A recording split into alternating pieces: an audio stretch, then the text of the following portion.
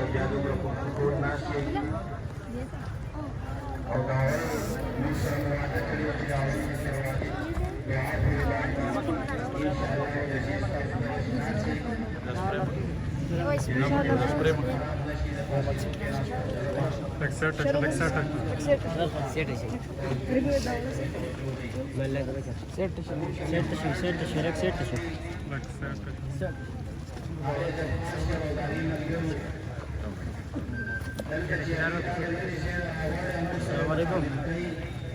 वालेकुम सलाम नहीं ना ना ना ना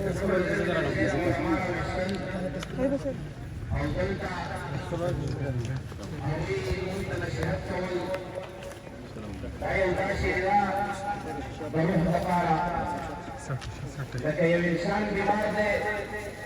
جسماني بیمار دی مرض دی ورته نو دی ګرځي که د معدې بیمار دی نو معدې ډاکټر ګوري او د هغه نه مراد دی هلته ځي که د هغې سره دی پوهېدلی شي نو بل ځای ته تپوس کوي چې ښه ډاکټر کوم دی بل ته ځي بل ته ځي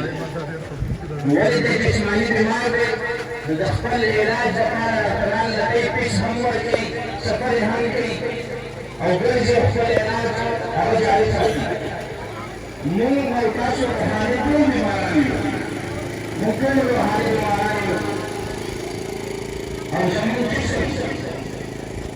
د ګناهونو سره دومره عادي شوی دی عبادتونه د الله حکمونه زموږ نه اکثر پاتې کېږي دا زموږ د روح بیمارۍ له وجې دي دا په موږ او تاسو باندې د دغه علماو یو لوی احسان دی چې هغه زموږ د روح بیمارۍ لپاره ډاکټر او طبیب راولي تاسو مکتوب سلام او تاسو سره خپل علاج راکړئ او کښېنئ د تاسو باندې دا یو لوی احسان دی نو چې موږ د خپل روح هغه علاج په صحیح معنی په ذکر کې سره تاسو وکړو چې کوم مهمان هغه یا مقرر د شی زموږ ته نصیحت کوي تقریر کوي چې موږ د خپل روح غذا هغه پې حاصل کړو د هغه نصیحت وایو خپل ځان کې عملي کړو نو زموږ د روح د روح کومه بیماري چې ده هغه به ختم شي زموږ مهمان خصوصي پورې طریقه کې رحمت الشریعه حضرت مولانا ضیاءالله جان هاشمي صاحب دامت برکاته العالیه هغې تشریف راوړو هغوی ته په راتګ باندې هرکلی وایو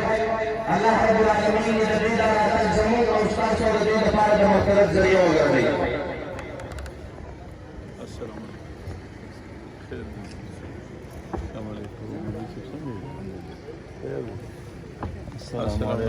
الحمدلله پروګرام به دغسې جاري وي زموږ یو مهمان خصوصي هغوی راورسېدل انشاءالله قریب به زموږ دویم مهمان هغه هم دغه شان پیغام ته حاصل کوي موږ به داسې په احسن طریقه